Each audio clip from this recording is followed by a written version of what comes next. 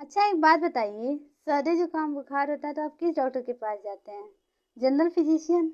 Right right right. Heart का problem है तो कार्डियोलॉजिस्ट, आँख नाक और गले का प्रॉब्लम है तो ईएनटी स्पेशलिस्ट, और भी बहुत सारे एक्सपर्ट हैं।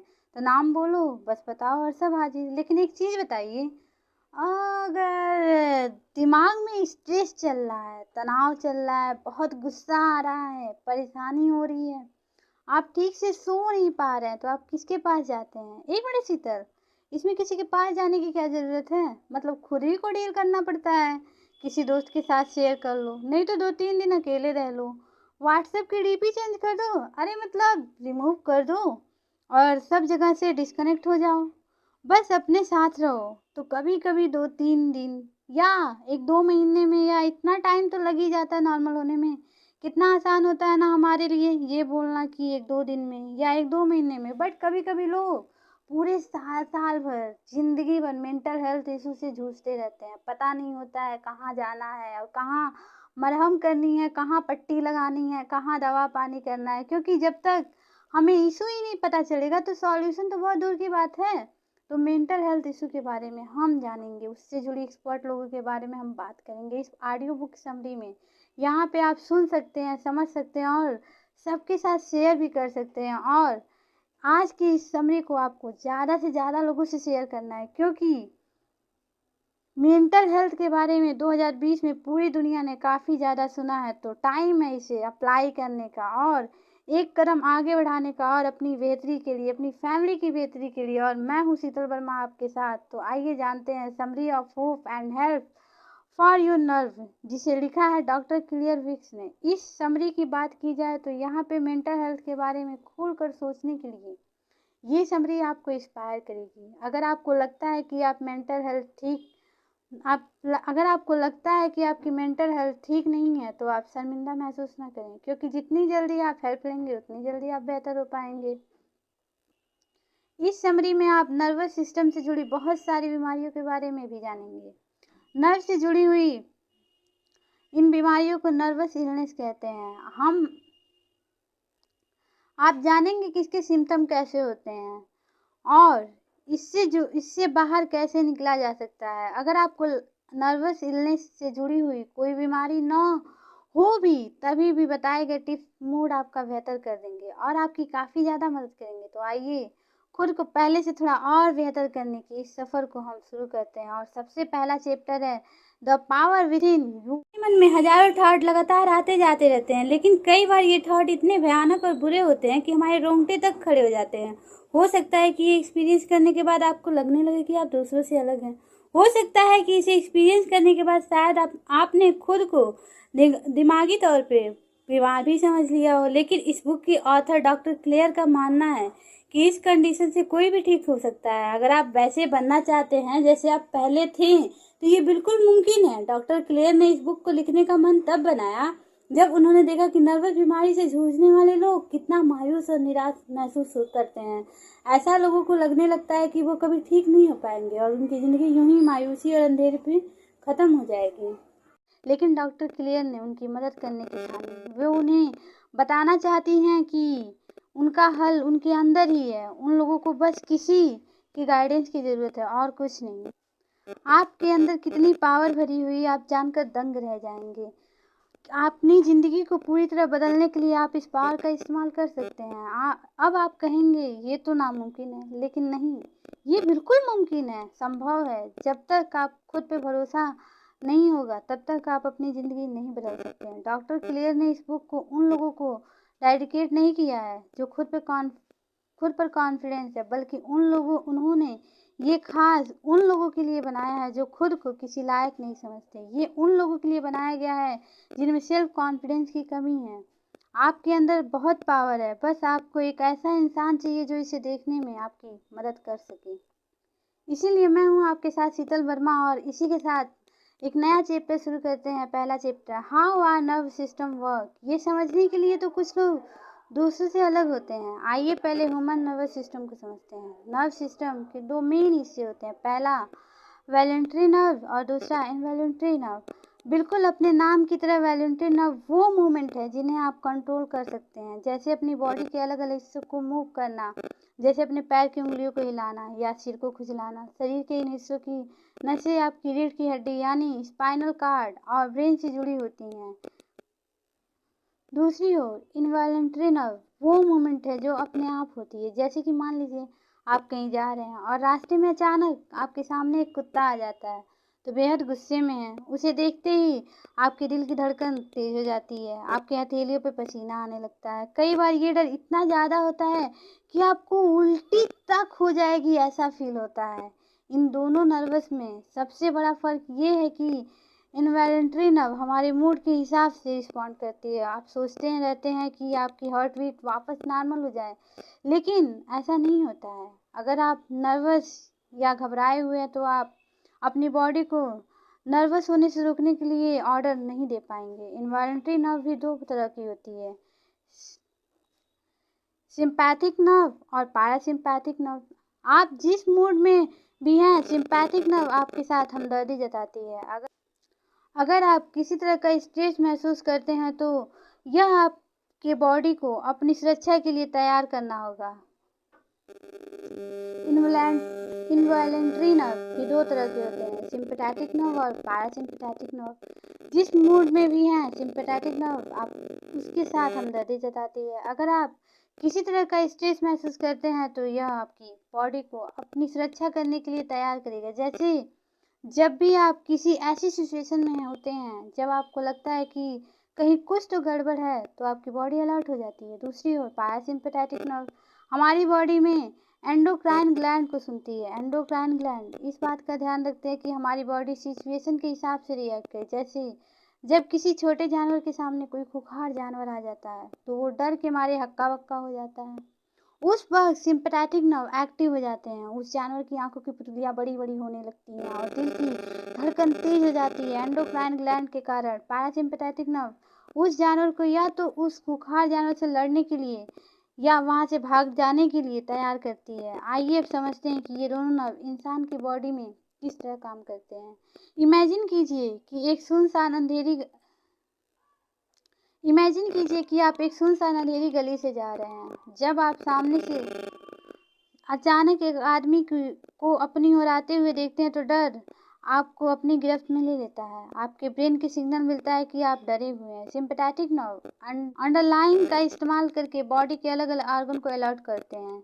एंड अंडरलाइन या वो केमिकल या हार्मोन है जिसकी वजह से आपको पसीना आता है। इसकी वजह से आपका दिल जोरों से धड़कने लगता है। जो स्ट्रेस आप महसूस कर रहे हैं उसकी वजह से एंडरलाइन आपको ऑर्गन को सुपर एक्टिव कर देता है। पैरासिम्पैथिक नर्व हमारे सिंपैथेटिक नर्व को लगातार अंडरलाइन रिलीज करने से रोकता है।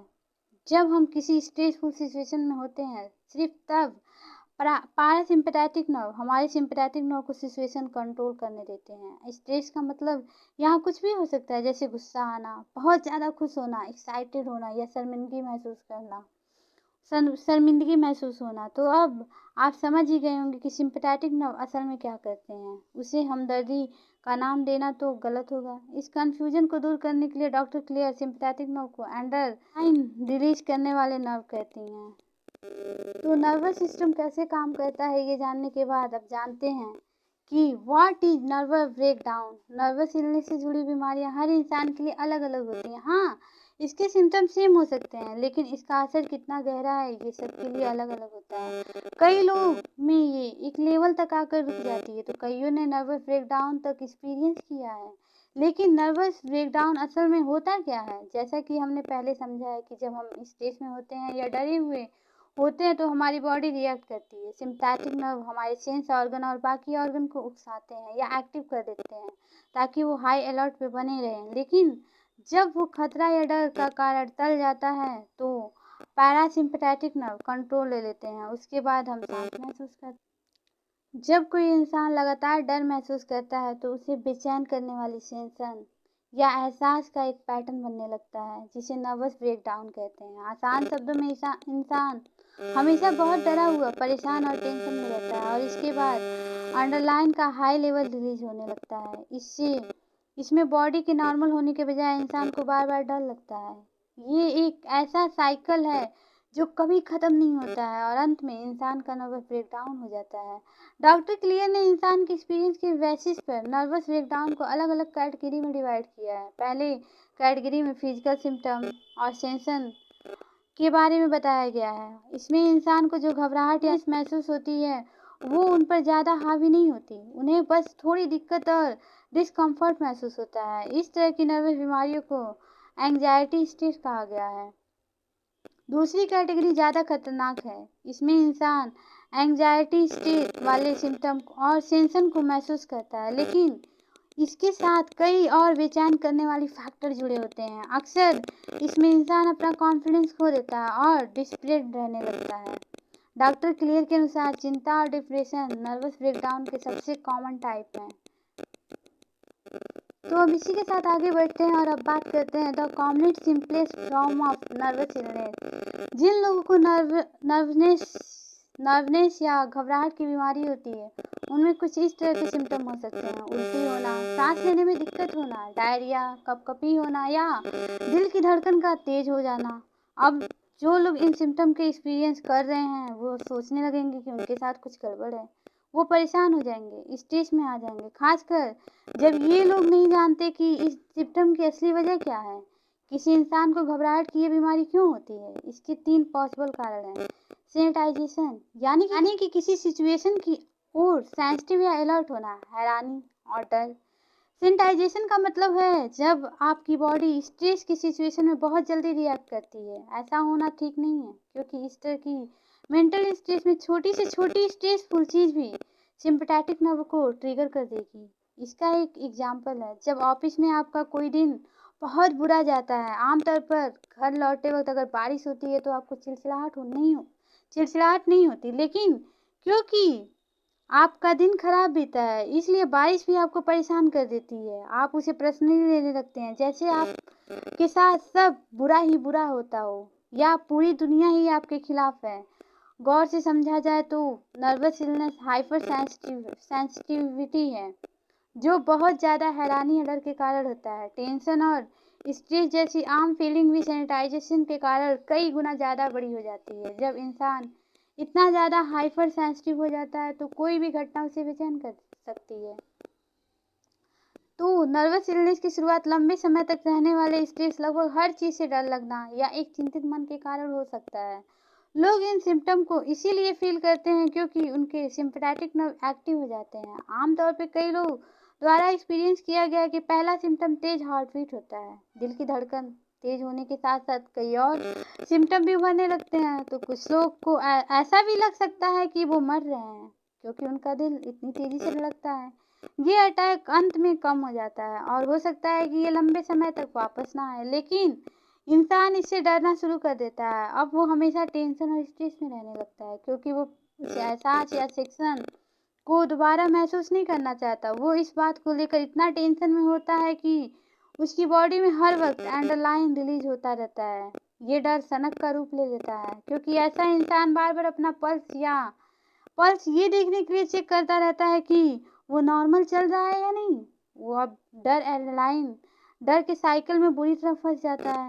ये डर इंसान को बहुत कमज़ोर बना देता है। अब इस घबराहट और स्ट्रेस से छुटकारा पाने के लिए आदमी डॉक्टर के पास जाता है, लेकिन ऐसा देखा गया है कि इस बीमारी से जूझने वाले ज़्यादातर लोग एक डॉक्टर से मिलकर संतुष्ट नहीं होते। वो कई डॉक्टर के पास सलाह लेने जाते हैं। आपके मन में भी सवाल आ सकता है कि वो खुद इससे बाहर आने की कोशिश क्यों नहीं करते हैं, लेकिन ऐसे पेशेंट वही तो कर रहे होते हैं।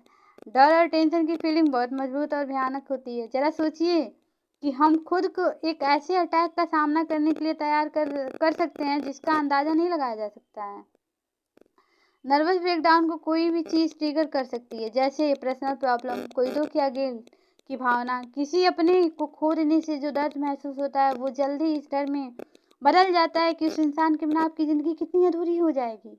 उस अपने पार्टनर को खुश या सेटिस्फाई न कर पाना अपने पार्टनर को खुश या सेटिस्फाई न कर पाने की जल्दी इस डर में बदल जाता है कि कहीं वो आपको छोड़कर ना चला जाए। डर नर्वस इलनेस का सबसे कॉमन रूप है, लेकिन चिंता ना करें, डर का इलाज किया जा सकता है। भरोसा रखें कि आप बहुत जल्द अपने मन की शांति पा लेंगे। इसी के साथ हम इसकी सॉल्यूशन की तरफ आगे बढ़ते हैं और अब बात करते हैं care of the commonest kind of nerve illness.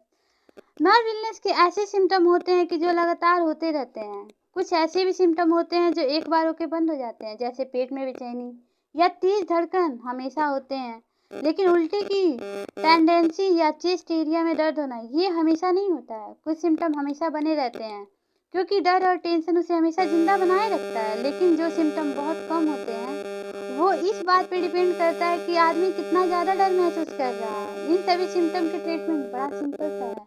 इस ट्रीटमेंट का प्रिंसिपल है फेसिंग, एक्सेप्टिंग, फ्लोटिंग और लेटिंग टाइम पास। सुनने में तो ये बड़ा आसान सा लग रहा है ना?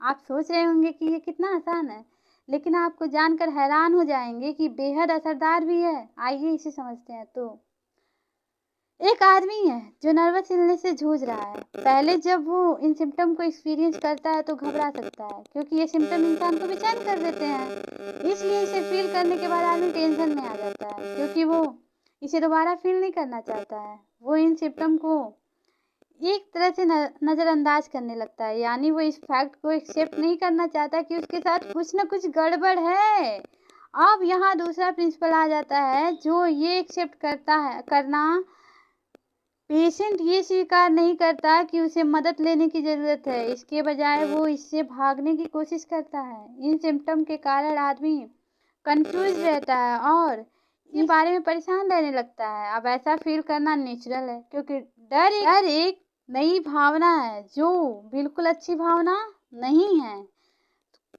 तो कौन इसे फील करना चाहेगा? लेकिन जैसा पहले बताया गया है, ये नर्वस अटैक कम हो जाते हैं, इसलिए खुद को थोड़ा समय दें। वो कहते हैं ना कि वक्त हर घाव को भर देता है। इस बात को याद रखें कि डर को दूर करने के लिए आपको इसका सामना करने की और खुद को थोड़ा वक्त देने की ज़रूरत है। इस बात को समझने के बाद अब थोड़ा आगे बढ़ते हैं और इस बात को समझने के बाद अब बात करते हैं care of the more constant symptom. इसे समझने से पहले अपना माइंड से सही करना जरूरी है। इसमें बस कुछ ही सेकंड लगेंगे, लेकिन ये आपको इलाज को इफेक्टिव तरीके से प्रोसेस करने में मदद करेगा। अभी आप जिस भी पोजीशन में हैं, बस रिलैक्स करने की कोशिश करें। अभी आप अपने सबकॉन्शियस माइंड के सिम्टम के अटैक करने का इंतजार कर रहे होते हैं, लेकिन डॉक्टर क्लेयर का कहना है कि आपको इसका बिल्कुल उल्टा करना है। उनका कहना है कि आप जिस भी पोजीशन में हैं उसमें बस रिलैक्स करें। अगर आप चाहें तो अपने हाथों और पैरों को स्ट्रेच भी कर सकते हैं। जो भी सेशन आपको परेशान कर रही है उससे दूर भागने के बजाय उसे एनालाइज करें। इन सेशन की डिटेल को समझने से डरे नहीं। एग्जाम्पल के लिए, मेरे हाथ कितने गंदे लग रहे हैं क्योंकि उनमें इतना ज़्यादा पसीना आता है। घबराहट में पेट में जो गुड़गुड़ी की फीलिंग होती है उसके बारे में बात करते हैं। ये आपको बेचैनी या छटपटाहट जैसी लग सकती है, या जैसे कोई फ्लैट आयरन आपके पेट को दबा रहा हो। जो इससे दूर भागने की कोशिश ना करें। आप कैसा महसूस कर रहे हैं उसे जितना हो सके एग्जामिन करें। अब खुद से पूछिए, क्या ये फीलिंग उतनी बुरी है जितना आप सोचते हैं? एक्सरसाइज करने के बाद जैसे मसल में दर्द होना, इसे उसके साथ कंपेयर करें। दर्द होने के बावजूद आप बिना परेशान हुए अब भी एक्सरसाइज करने के लिए तैयार हैं ना? तो आपके पेट में जो बेचैनी होती है उसे आप एक नॉर्मल पेन की तरह क्यों नहीं लेते हैं?